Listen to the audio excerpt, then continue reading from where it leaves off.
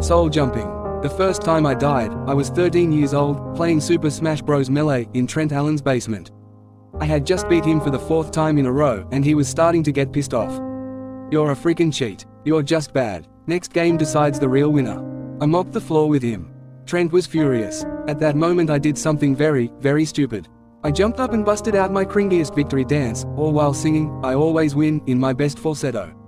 Trent got up and shoved me head first into the television. I was a fragile kid, and smashing my head into the TV was more than enough to end me. Then something extraordinary happened, something I can't explain. I opened my eyes, and I was in a bathroom I had never seen before. I looked in the mirror and I recognized the face, only it wasn't my face.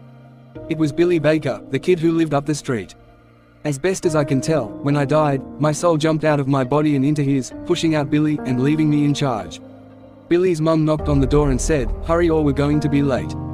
Late for what? The funeral. Yup, my funeral. Kinda surreal seeing your own dead body.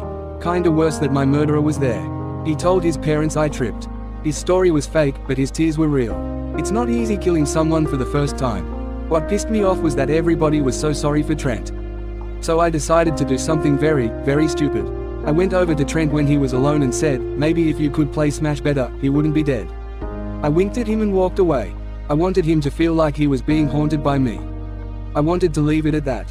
A few years later, while riding my bike, Trent ran me over with his car and fled the scene.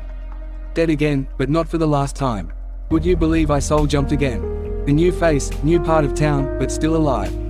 From then on I was hunted by Trent. I still don't know how he always tracked me down. It's like when I died, a piece of my soul got wedged into his, and he could always find me. Sometimes I'd make it a few months, sometimes he'd kill me twice in a week. It went on for years. One day I woke up in a room that looked familiar, holding a pillow over someone's face.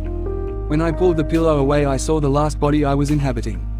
If that's the old me, I walked to the nearest mirror and Trent was looking back at me. I had finally jumped into his body and kicked him out.